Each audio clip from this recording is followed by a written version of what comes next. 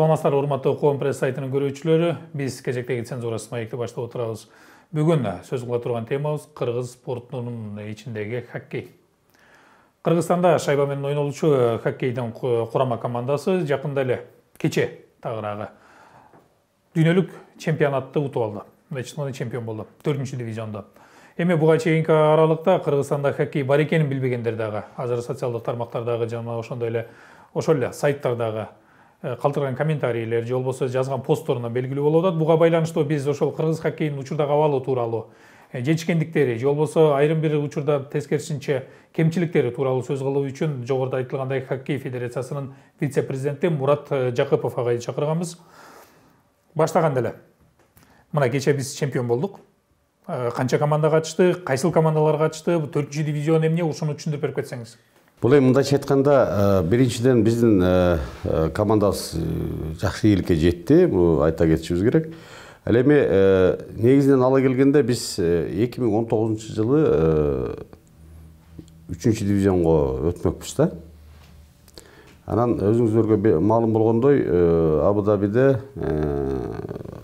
ошол жакта жетекчиликтин мындайча айтканда туура эмес, бизге каршы иш алып баргандыгына байланыштуу ал жерде бизди аннулировать этишкен да, жеңиштерибизди жокко чыгарып койгон. 19-жылы. Анан ошондо биз деген президентибиз эл аралык федерацияга кайрылып, жазып, анан ошол жака барганда териштирүү иштери болгон. Анан эми айта келгенде, мындайча айтканда, ушул катачылыкты эгерде кубалап артынан жүрө берсеңер, көптөгөн жылдар бою эл аралык белдештерге катышпай каласыңар. Андан көрө биз дагы силерди түшүнөлү, силер да бизди түшүнгүлө. Ушу 4-чү дивизионду чемпионат, жанагы дүйнөлүк чемпионаттын алкагында өткөргүлө. Биздин сиздерден мындайча айтканда, эми ачык айтпайт бирок кылган иш менен кечирим сураганыбыз болсун дегендей болду да. Анан ошол менен 4-чү дивизион дүйнөлүк чемпионаты деген статус менен бизде өттү. Бул биринчи болот. Кыргызстанда негизи эле дүйнөлүк чемпионат деген статус менен Азия болуп келатат.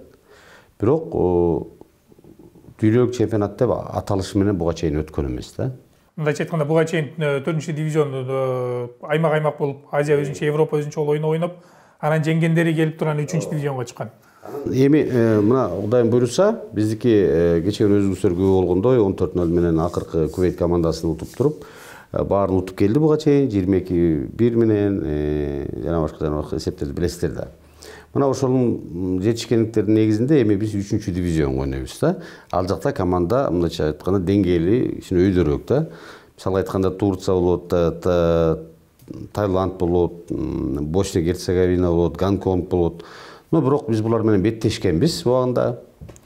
Эмки 3-чү дивизиондун Б группасында биз булар менен дагы ойногонго бизде туура келет. Мүмкүнчүлүк бар, мындайча айтканда жеңүүгө шарттарыбыз бар. Шарттарыбыз бар. Себеби дегенде биздин эми балдар ушундай деңгээлге келип калды азыр.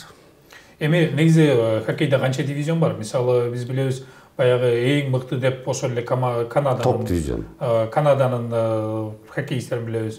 Ошол эле Россия Федерациясы акшынын 2-1 анан топ дивизион да. Мынакей.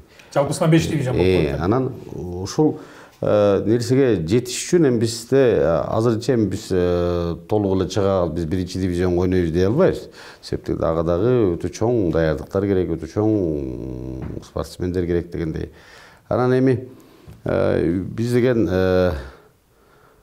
бир 2-чи дивизиондун Аасына барып жетебиз. Канча аралыктайсыз? Бир ашып кетсе бир 3-4 жылда.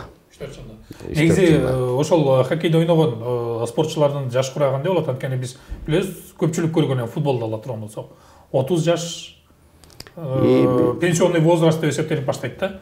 Анан кийин биз азыр бүгүнкү мисалы мыкты оюнчуларды ала турган болсок, 3-4 жылда биз 1-чи дивизионго жетебиз деп атсак, алардын жаш курагы кандай болуп калат? Спорттон кетишкени болуп калагандай болуп калат. Азыркы биздеги курама командада, улуттук курама командада ойноп атканы негизинен алганда эң улуусу 29 жашта да. Мисалы 29-30га келип калды. Эми булар хоккейде деген орточо алганда 30-33 да. 30-33 менен ушул жашка чейин ойносо болот да. Анан кийин барып андан кийин кеспи спорту таштап машыктыруучу болуп же башка болуп кете берсе болот да. Себеп дегенде өзүңөр билесиңер, бул деген аябай интенсивный оюн да. Аябай күчтүү талап кылат. Кече көрүп аттыңар, мисалга мага деле күйөрмандар айтат, аябай эле тигиле жай ойнойт го депчи. Жок, алар деле аракет кылышты, жакшы эле ойнойт. Мындайча айтканда, биздин команданын менен салыштырмалуу алардыкы жай көрүнүп калат да. Биздикин көрүп атпадыңарбы кандай ойноп атканын? Ошондуктан бул эми даярдыктан. Даярдык демекчи, бизде шарт барбы? Анткени бизде канча команда бар? Мисалы футболду билет экенбиз. Кайсы бир клубтарды айта алабыз да. Хоккейде канча командабыз бар өзүбүздүн? Анткени курама команда дегенде жок дегенде бир 2 командабыз бар. Андан көп. Канча экенин билбейбиз. Негизи айта келгенде Кыргызстан боюнча жалпы 20-22 клуб бар да, жалпысынан алганда. Андан ойногондору 5-6. Мисалга бизде деген 1-чи лиганан высший лига бар да. Ошол высший лигада мисалы 5-4-5 ойноп келет. 1-чи лигада болсо ал жакта дагы регион командалар ойнойт. Ошол жакта утуп чыккандар анан немеге высший лигага кошулат да. Анын арасынан мыктылар тандап алып курама команда ойноп атышат. Анан жана курама команда дегенибиз бул жерден тактоо кылып кетсек, айтып кетсек, себеби дегенде көп эле мисалы курама команда түзүлдү десе суроо бере берет да. Бул федерациянын эмнеси деп элечи. Федерациянын негизи курама команданы түзгөнгө гана милдеттүү. Себеби калган клубтарда баягы өзүнчө мекеме деп койсок болот да. Клубтар даярдап туруп, анан бизге көргөзөт, мынакей. Мен оюнчум бул депчи. Анан ошонусунан аларды тандап туруп, оюндарын карап, жетишкендиктери кандай? Карап, бүт баары каралат ал жердечи. Анан каралып туруп, ошол жерден анан курама командага кошулат да. Эми азыр негизи биз көрүп атканда ошол 4-5 командабыз бар деп атпайсызбы? Анын ичинен биз курама команданы көрдүк да. Анан бизде эмне үчүн ошол хоккей жалпы элге таанылган эмес, белгисиз да. Мисалы популярдуу оюндардын бирине кирбейт да. Көк бөрү же болбосо өзүнүн футболду ала турган болсо, башка оюндар менен салыштырып келгенде хоккейди көп биле бербейт. Эми бул жерде бизде деген кичине мүчүнүчтүк бизден да кетип калды да. Кетип калат да, себеп дегенде биз пиар компанияны мындайча айтканда кичине тийиштүү деңгээлде өткөрбөгөнүбүздөн го деп ойлойм да. Бирок хоккей жакшы эле көрүнүп калды. Бул кызыккандардын, ошол хоккейге кызыккандардын арасында. Көбөйүп эле калды жакшы көрүүчүлөр. Өзгөчө мынау дүйнөлүк чемпионатта дагы жакшы маалыматтар берилип атты. Кудайым буйруса мындан дагы өркүндөйт деп ойлойм да. Мисалы трибунада ошол жерде канча 2,5 миң кишилик трибуна болсо, ошолду жок эле дегенде 2000 биздин командалар ойноп атканда 2000ден кем эмес адам келип атты да. Демек биздин шартта азыр хоккейди өнүк турсак болот экен. Эми жанагы стадиондордо айтып атабыз, 2,5-2 миң киши келип көрүп атты деп. Бизде ошол эл аралык деңгээлде өткөргөн стадионубуз бар экен. Бирок ушундай стадионубуздан канча бар? Мисалы ошол эле муз талаасынан, муз аянттарынан. Себеп дегенде биз билебиз, коньки тебүүнү каалагандар боло турган болсо, ашып кетсе Бишкекте 2 же 3 эле аянтыбыз бар. Ал дагы жана жөн эле коньки тепкенге. Ошол эле темир жолчулар бар, дагы шаардык муз аянтчасы бар, анан дагы бирөө же экөө болушу мүмкүн. Анан ал жерде биздин спортчулар толук кандуу даярдыктан өтө алабы? Бул жерде деген Бишкек шаарында бирөө бар бизде, Нарын шаарында бирөө бар. Анан эми дагы Кудай буйруса мына президентибиз кол коюп берип болот деп турабыз. Дагы бир муз майданы салынат да. Бул ошол эл аралык стандарттагы. Эл аралык стандартка кийин мисалы бизде ушундай чоң мелдештерди өткөрүп тургангачы. Ал эми эл аралык деңгээлде деген сөзгө Нарындыкы дагы тиги темир жолчулардыкы дагы жарабайт. Ал мындайча айтканда муз тепкенге анан командалар машыкканына эле да. Мындайча айткандачы. Ал эми тиги шаардык муз аянтчасында, аренада Бишкек аренасында 2 муз бар да. 2 муз бар. 2 бөлөк. 2 бөлөк. Бирөөсү жанагы машыкканга, а экинчиси болсо жанагындай мелдештерди өткөргөнгө да. Мына ошого салынган. Ошон үчүн ал жерде бүт барлык чечине турган, жууна турган барлык шарттар менен салынды. Коноктор келсе уялбай тозо алганга. Уялбайбыз да. Мурда деген эми бул тарабы өтө эле кыйын болчу да. Анан азыр болсо жакшы, жууңа жери бар. Эми дагы бир нерсе да, мисалы ошол эле спортко, бул спортко кызыккандар үчүн өтө эле кымбат болсо керек. Бул спортто, бул оюнда ойнош үчүн.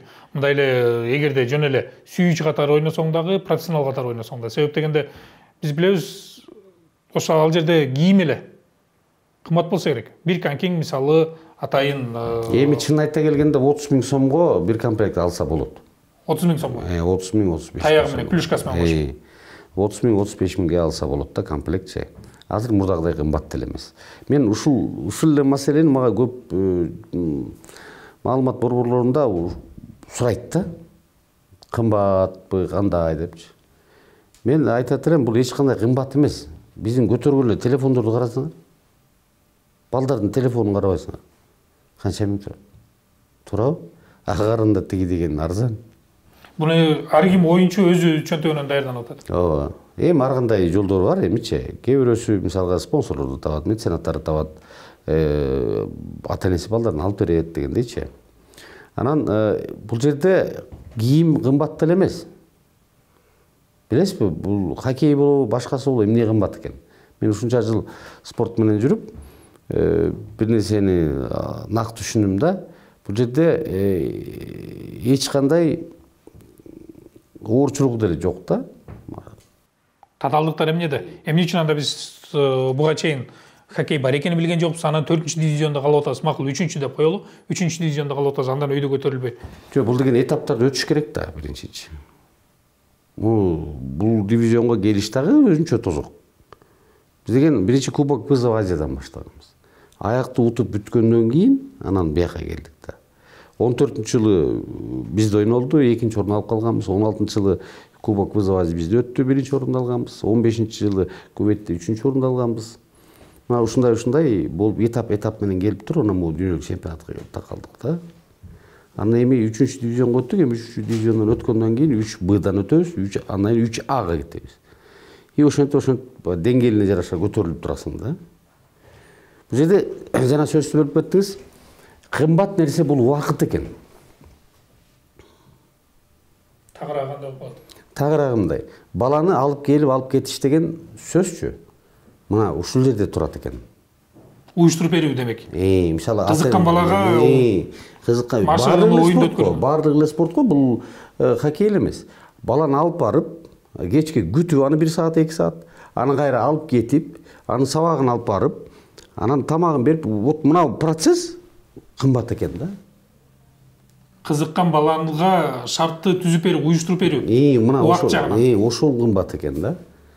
А экипировкада сөз жок ал. Машыкканына төлөгөндөн алында сөз жок, ал кымбат деле эмес. Азыркы акча менен ал кымбат деле эмес. Элде Кудайга шүгүр азыр. Мурдагыдай неме жок. Мисалы, азыр ушул хоккейде ойногусу келген балдар каяка кайрылат? Канча сом төлөйт? Бизде деген мисалы жанакы Бишкек аренада, городской катокто тренерлерибиз бар ал жерде жакшы. Мына ошолорго кайрылса эле, анан жазылып алып, биринчи пробныйын көрүшөт, байкап көрүшөт, анан дайым бала кызыгып дальше кетем десе, анан машыктырып баштайт. Бери жагынан караганда где-то бир 10 000ге жакын да, бир айына 10 000ге жакын сом менен төлөп анан ойнойт да. Анан кийин жакшы жагын көргөзсө, тескерисинче аларга төлөп баштайт. Эми азыр хоккей менен жан максалуу. Мисалы биз азыр спорттун түрлөрүн билебиз да. Мисалы клубтан клубка барып айлык алып ойношот, же болбосо жана курама командада ойногон үчүн стипендия төлөнүп берилет. Хоккей кандай, өзүн өзү багалабы? Азыр жок. Азыр жок. Себеп дегенде биз мына жана Азиянын деңгээлинен чыгып, мына дүйнөлүк чемпионатка илинбедикпи? Эми биздин балдардын артынан охота болот да. Чет мамлекетте. Карап турат да. азыр протоколдор кетип атат да баары жазылып. Ким пас берди, ким гол киргизди, ким кандай ойноду, канча нарушение кылды же кылган жок, кайсы бараттар жакшы тосту, осу тоса алган жок деген сыяктуу баары анализдер кетип атат да протоколдор. Мына ошондон эми карай башташат. Кыргызстанда болуптур, кана результат алып чыккылачы деп туруп анан карай башташат да. Видеолорун көрүшүп. Анан мисалы дагы бир жакшы жагыңыбыз бул хоккейде бул дүйнөлүк чемпионат 4 дивизион болуп атканда биз өзүбүздүн судьядан бир балабыз кошулду. Абдыкалыков Ынтымак дегенчи эл аралык судьялардын деңгээлине кошулду да. Демек ал башка бир мамлекеттердин оюндарынан эми ошол мамлекеттерге барып, Казакстанга, Азия мамлекеттерине, Океанияга барып судействоны кылып бере алат да. Эми баштапкы жолунда эми баягы жардамчы болуп неметиши мүмкүн, акырындап жүрүп отуруп анан главный өтөт да. Мына ошол бала азыр Кудайым буйруса мындайча айтканда хоккей менен жан багып баштайт. Спорт менен. Оюнчуларыбызды дагы көрүштү. Кандай кимиси эмне кылып атат? Бүт дүйнө карап отурду да. Мурда деген эми Азия кубок вызов Азия жүрө бергиле деген сыяктуу кеп да. Жөнөкөй айткандачы. Эми көңүлдүү бурашты. Кайсы бала ойноду? Канча гол киргизди? Канча пас берди? Команда менен кандай ойнойт? Ойной алдыбы? Машыктыруучусу ким эле? Деп ошолорду изилдеп башташат. Анан келечекте балким тигил жака же бул жака мындайча айтканда чакыруу менен контракт түзүп ойноп келет. Бул менен биз өзүбүздүн спортчулар жогото албайбыз. Алар клубда бар ойноп келишет, курама командада бизге келип ойношот. Эми азыркы шартта бизде жанагы жогоруда айттыңыз, негизги 5 команда бар депчи, жогорку лигада. Анан кийин жогорку лигада ойногондор деле анда бекер ойнойт экен да. Ооба, азыр мындай контракт деген жок. Алардын профессионал болсо, профессионал деңгээлге келгенде ошондой болот. Ал эми азыр бизде деген андай бюджеттен аларга акча төлөп берип, биз кармай албайбыз. Клубтар деле акча төлөп бербейт экен да. Ар бир команда мындайча айтканда башын бириктирип коюучу эле орган экен да, клубтар деле, федерация деле. Жалаң ошол спортту сүйүп, ошону ойногондордун башын бириктирип. Демек, кимдир бирөө башка жумушта иштейт. Кеңседе иштейби, кара жумушта иштейби, анан убактысынан кийин барып бош убактысында барып хоккей ойнотот. Бирөө окуйт, бирөө иштейт. Ушундай да. Эми башка мамлекеттерди айтып атпайлыбы? Аларда уюштуруу шарттары кандай? Мисалы ошол эле кошуна мамлекеттерди алалы. Мисалы деген Ташкентте аябай жакшы дворец салынды. Аябай сонун. Бирок хоккейчилер жок да. Аз. Мисалгачы, эми баштап атат. Алар биринчи салып койду, анан ойнотуп атат да. А бизде биринчи ойноп туруп эми салалы деп атабыз да. Негизи бизде ошол хоккей өнүккөндө канча болду? Эми башталганы баягы жанданып баштаганына 20 жыл болуп калды. А өнүгүп баштаганына 10 жыл болду да. Бул жогоруда сиз айткан 14-жылдан бери башталып атат. 11ден. 11ден башталып. Биринчи 11-жылы жанагы кышкы Азия оюндары деген Астанада өткөн. Мына ошондо башталган да. Биздики деген анда дагы аябай чоң эсеп менен утуп алышкан. Ушул жана Азия командаларын.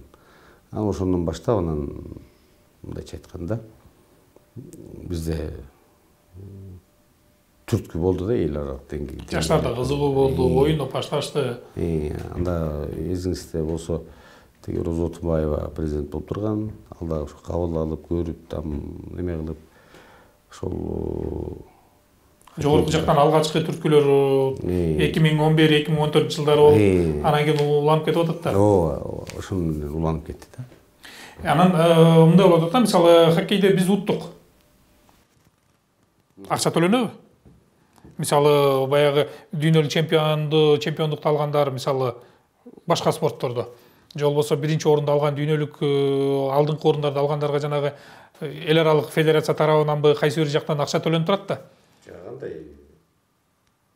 Же биз төлөйбүзбү ошол дивизиондо ойногонубуз үчүн? Эми бул жерде мындай да, жанагы балдарга поощрительный деп коет го, колдоо максатында, мындайча айтканда, анча-мынча жетекчилик тараптан эгерде каражат болсо берилет.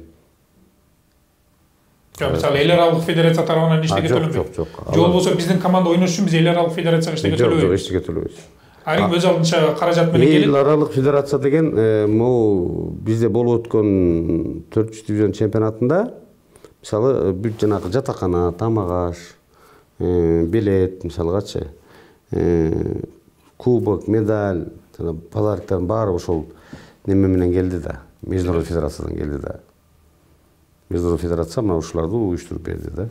Эртең эгерде Кыргызстан барып ошол эле Кувейтке барып ойнойбу, Турция же болбосо ошол эле Грузияга барып ойной турган болсо, спортчуларыбыздын биздин барганын, жашаганын, белег утуп алса ошол белегинин акчасын төлөп берет. Ошолордун эсебинен болот экен да. Эми bizde мен санаттарда кызыгуу барбы?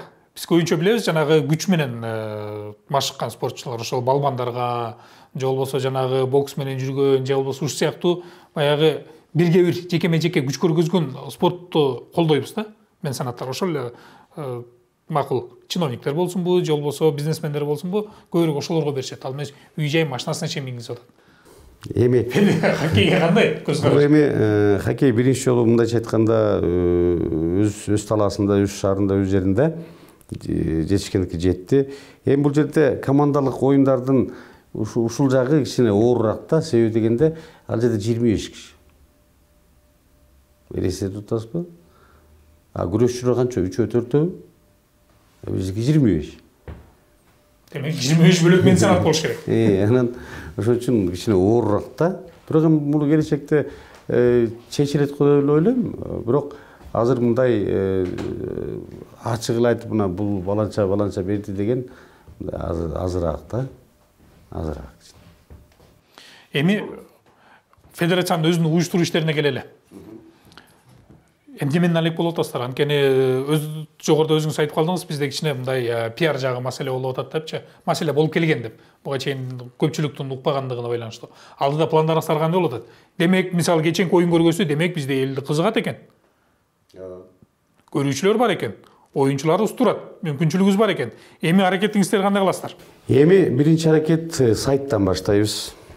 Көбүрөөк массалык маалыматтар каражаттарына мындайча айтканда маалыматтарды берип, жанагы соцсеттер аркылуу таркатып дегендейчи. Көргөзүп турабыз эми. Ар бир оюндун астында, оюндун убагында, оюндан кийин пресса көбүрөөк чыгып, сайтка жанагы соцсеттерге чыгып, өркүндөтүүгө маалыматты берүүгө, анан өркүндөтүүгө аракет кылабыз да. Аракет болот. Кудайым буйруса, жакшы эле болот да. Жана мен айтып баратсам, кичине суроону башкача кылып кеттик. Мен мондай деп айтат элем да. Бул хоккей менен машыгуунун эмнеге пайдасы бар да?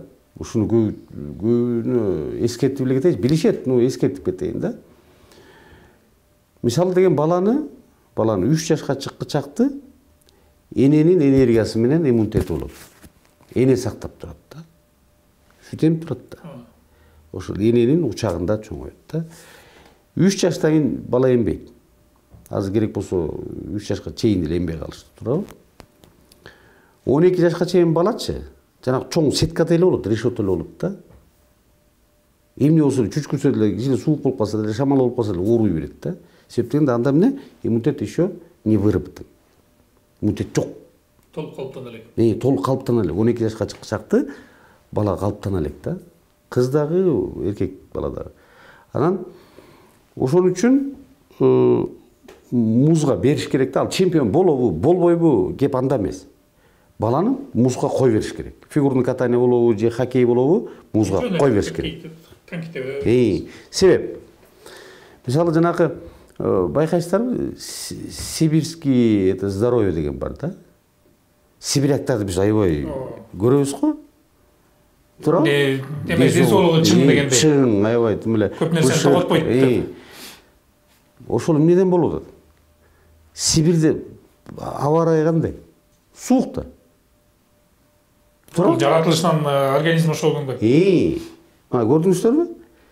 Мына ошо сибиряк деп, сибиряктарды башкача эметебиз го, о, сибирякка карачы, тим эле чоң. Аябай здоровый экен деп коебуз го. Ошол ошондон да. Суук жерде чоңоюп атат. Денсаулык чың да. Анын үстүндө физикалык нагрузка да бар. Демек, ошол болот да. Ошон үчүн баланы деген 3 жаштан кийин музга эле жөнөтүш керек, зордоо эле алып барып эле музга коюш керек. 12 жашка чейин ал үйрөнүп, анан анча мынча ойноп, кызыгып дальше кетип калса, анан ары кете турган болсо кетет. Кетпесе, главный баланын эмне? Ден соолугу керек. Чыйрак болуп өсүрөт. Чыйрак болуп өсөт да. Хоккей деген бул оюнчук эмес да. Бул муз үстүндөгү эле көкбөрү деп койсо болот да. Мындайча айткандачы. Жанагынча ылдамдык менен келип бортко тийип туруп, кайра туруп кетип көрчү. Сиз экөөбүз азыр кулачы болсок бортко тура албайбыз. Бизди больницага алып кетет. А тиле туруп алып кайра ойноп кетет. Бардыгы. Элестетип көр, жөн эле муз тепкенде кыйналасың. А тиги жерде шайбаны алып учуп кетип барат. Болгондо да бири менен талашып. Башкасы менен талашып келет. Бирөөсү келип аны каптадан койгулуп атат. Бирөөсү келип жаап атат, бирөөсү келип тосуп атат. Ошондо да болбой атырылып жүрүп атат да. Буга кандай энергия керек, кандай күч керек. Көрдүңүзбү? Ошон үчүн бул хоккей менен баланы 3кө чыккандан эле кызын дагы баласын дагы музга эле кое бериш керек. Бар, хоккей ойнойсуң деп туруп элечи. Ошондо бала деген эрки башкача, ден соолугу башкача болуп чоңоет. Мисалы мен хоккей балдарды билем да. Көбүнчө 100% билбесем 99 билем да. Мүнөздөрү такыр башка, өздөрүнүн алып жүрүмдөрү такыр башка. Булар деген тияка Нарынга бар ойнойт, Ысыкөлгө бар ойнойт, Бишкекке келип ойнойт. Өзүнчө кийинет, өзүнчө тамак жейт, өзүнчө гостиница айтат. Бала деген спартанец болуп. Ар тарапта спартанецтердей болуп калат да. Жөнөкөй айткандачы. Мына балага кандай пайда? Өз алдынча өзүн алып жүрүү деген бул. Демек азыр бизди көрүп аткандар кимдир бирөө баласын же кызын конькиге тургузуп, ошол хоккей тарабына бергиси келе турган болсо, шаардык жанагы эле муз тебүүчү жайга барып эле ошол жерден тапталып. Бишкек арена же болбосо баары көнүп калган, азыр Бишкек арена деп аталып атат. Баары эле көнүп калган городской катокто. Вот ошол жерге барса эле администратор Сашка бар. Александр. Барып эле ошого айтып менен баламды хоккейист кылам, фигурска кылам десе эле болду. Ал жерден алып барат да тренерге көргөзөт, пожалуйста, көргүлө дейт. Ана жагын болду. Баланын мүнөзүнө жараша, баланын калыптануусуна жараша. Анан ошол менен анан кетти дей бер да. Эми спорттун өзүнө кайрылалы. Кийинки оюн качан болот? 3-дивизион. Каяка барып ойнойбуз? 3-дивизионго азыр мына Кудайым буйруса майда конгресс болот. Биздин президентибиз Омурканов Анвар Насыбекович барат. Анан ушул жерде чечилет. Каякта болор. Ага чейин азыр чечилбейт. Бизде деле болуп калышы ыктымал. Бизде да болуп калышы ыктымал. Бизде болуп калса, баягы стены свои помогать деп коет го. Бизге жеңил эле болот. Бизге жеңил болот эле да. Тияка учуп барып, бияка учуп барбай, өзүбүздө бул жерде даярданып алып, тиги күтүп алып туруп, анан мындай эсептер менен анан. Быйыл клубда канча команда бар? 3-дивизионда. Аларда аякта дагы ушу 5 команда болот. 5 команда. Босния, Таиланд, Турция, Грузия бар болуш керек эле. Алар бар. Дагы бирөө бар. Биз менен 5 болот. Түркменистан болуш керек эле.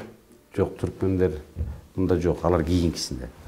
Алар А группасында экен да. Эми андан утуп келе турган болсо, улам жылы берет экенбиз. Биздин бул жылда боло турган биринчилик. Бул деген мына быйылкы дүйнөлүк чемпионат биякта болуп, 4-дивизиондукчу. Эми биз деген 3-дивизионго секирдик. Аякта кулагандар 4кө келет да, бирөө. 3-дивизиондук бул 2022-23 жылы ойнойбузбу? Ооба. 23 жылы. 23 жылы болуп калат да.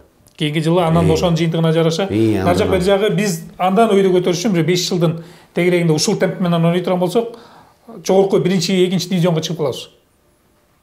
Эгер жалаң утуш менен ойноп турсак. Да. Биз ошентсек где-то бир максимум деп коечу, максимально алалы 5 жылдын ичинде биз деген 2-дивизионго киребиз. 2-дивизионго киребиз биз. Задача такая. Ушундай алдыда максат турат да. Себеби дегенде биз тети ылдый жакта өсүп келаткан балдар бар да. Алар деген жанагы хоккейный школадан чыгып келатат да. Алар чоңоюп уже кире баштайт. Алардын дарамети дагы күчөйт. Алардын дарамети салыштырып келгенде бүгүнкү оюнчулардан дагы мыкты болушу керек. Бүгүнкүлөрдөн да мыкты чыгат буларчы. Булар азыркы ойноп аткан балдар. Булар хоккейге где-то бир 8-9 жашта келген балдар да. 8-9-10 келген балдар да. А тегилер 3 жашында келген, 4 жашында келген балдар да. Биздин ойунчуларды сыртка алып барып окута алабызбы? Ал пайдалуу болобу? Мисалы ошол биз эми көнүп калдык да, жакыныраак кол жетерлик Россияга алып барып, Россияда дагы бар. сборлорго жөнөтүп. Эми сборлорго алып бара элекпиз. Азырынча көрүп атпайсыңарбы, пандемия деп эле эмне болуп атат. Анан мынау Америкада бир балабыз ойноп атат азыр. Абдугулов Асан. Жакшы результаты жакшы. Сулайманов Нурсултан бар. Дагы балдар бар бизде Америкада, Россияда ойногондорчу. Дагы бир жолу куттуктайбыз жеңишиңиздер менен.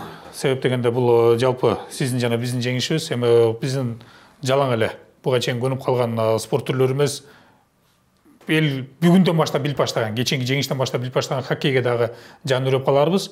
Ага дагы тилегибизди билдирели. Сиз айтмакчы 5-6 жылдын аралыгында жогорку дивизиондогу оюнчуларыбызды көрүп, алар ушул оюндун арты менен жогоруда айткандай жамбагып. Будан көрсө. Ооба, эл аралык деңгээлдеги спортчулар болсун деп тилегибизди билдирели. Урматтуу Компресс сайтынын көрүүчүлөрү, жогоруда биз сөз кылган бул хоккей спорту болду. Белгилей кетүүчү нерсе мына кече 8 март күнү ушул 4-ч дивизиондун дүйнөлүк биринчилигинде дүйнө чемпиону болуп Кыргызстандын курама командасы белгиленди. Эми алдыда 3-чү дивизиондогу оюндар бар. Эгер да жогоруда айтылгандай ал жакта да жеңиш боло турган болсо, дагы жогорулайбыз.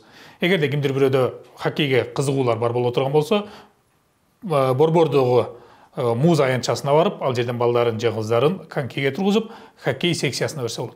Балким келечектеги чемпиондор сиздин балаңыз чыгар.